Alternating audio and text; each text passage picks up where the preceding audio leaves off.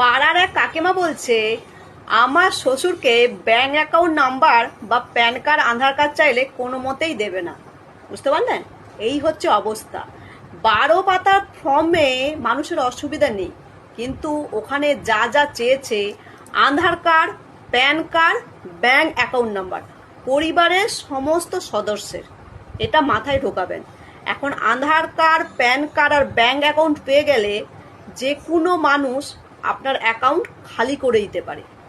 এবার কথাটা হলো, আপনি লক্ষ্মী ভাণ্ডার বা অন্নপূর্ণা ভাণ্ডার পাওয়ার জন্যই পরিবারের সমস্ত সদস্যের আপনি কিন্তু সমস্ত ঠিকানা, আধার কার্ড, প্যান কার্ড আর ব্যাংক অ্যাকাউন্ট চাইছেন।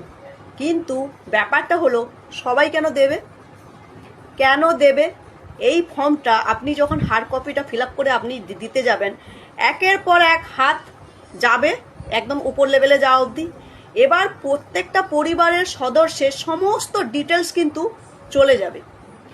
এবার ধরুন কারোর বাড়ির শ্বশুর দিতে চাইবে না, তো কারোর বাড়ির বর দিতে চাইবে না। কষ্ট করে উপার্জিত টাকা, এখন তো জানেন এই অ্যাকাউন্ট নাম্বার, ফোন নাম্বার আর আধার কার্ড নাম্বার পেয়ে গেলে যে কোনো মানুষ সহজে স্ক্যাম করে আপনার টাকাটা হাওয়া করে দিতে পারে। এবার আপনি অন্নপূর্ণা ভাণ্ডার পাওয়ার জন্য আপনি আপনারটা দিয়ে দিতে পারেন, কিন্তু আপনার পরিবারে যে সদস্যরা আছে সবাই কিন্তু দিতে চাইবে না। আপনার শাশুড়ি দিতে চাইলে আপনার শ্বশুর দিতে চাইবে না, আপনার শ্বশুর দিতে চাইলে আপনার বর দিতে চাইবে না। চাইবে কি? এত ডিটেলস চাওয়াতে প্রত্যেকটা মানুষ কিন্তু বিপদে পড়ে যাবে, অসুবিধায় পড়ে যাবে। ফর্ম ফিল আপ মানুষ করতেই চাইবে না। বুঝতে পারলেন? এটাই হচ্ছে ব্যাপার, যে 12 পাতার ফর্ম নিয়ে মানুষের বেশি চিন্তা নয়, মানুষের বেশি চিন্তা পরিবারের প্রত্যেকটা সদস্যের ব্যাংক অ্যাকাউন্ট, আধার কার্ড, প্যান কার্ড, সমস্ত ডিটেলস চাওয়া হয়েছে। জায়গা সম্পত্তির কথা তো বাদই দিলাম, কিন্তু এখন তো জানেন ইন্টারনেটের যুগ, স্ক্যাম করাটা ফোন নাম্বার আর অ্যাকাউন্ট নাম্বার, আধার কার্ড পেয়ে গেলে সহজেই করা যায়। এবার কেন লোকে দিতে চাইবে বলুন?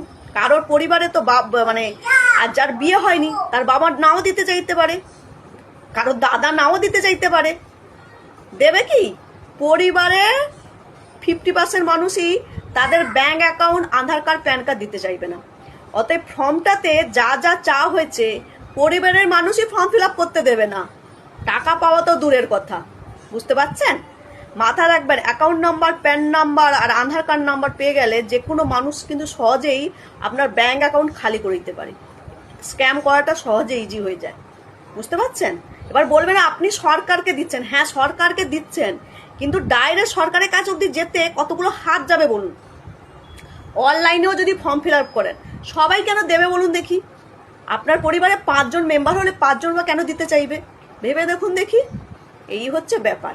আর 12 পাতার ফর্ম এমনিও যাদের জন্য করা হয়েছে, সমস্ত মানুষ কিন্তু শিক্ষিত হবে না। প্রত্যন্ত গ্রামের মহিলারা, তারা কি সবাই এত কিছু বোঝে?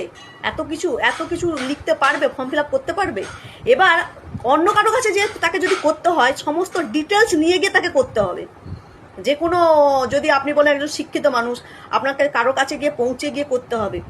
আমাদের কথা বাদ দিন, আমি এমনি পাবো না, আমি এমনি লক্ষ্মীর ভাণ্ডার পেতাম না, এমনি অন্নপূর্ণা ভাণ্ডার পাবো না। কিন্তু 12 পাতার ফর্মের থেকে প্রবলেমটা হচ্ছে ব্যাংক অ্যাকাউন্ট, আধার কার্ড, প্যান কার্ড। মাথায় রাখবেন।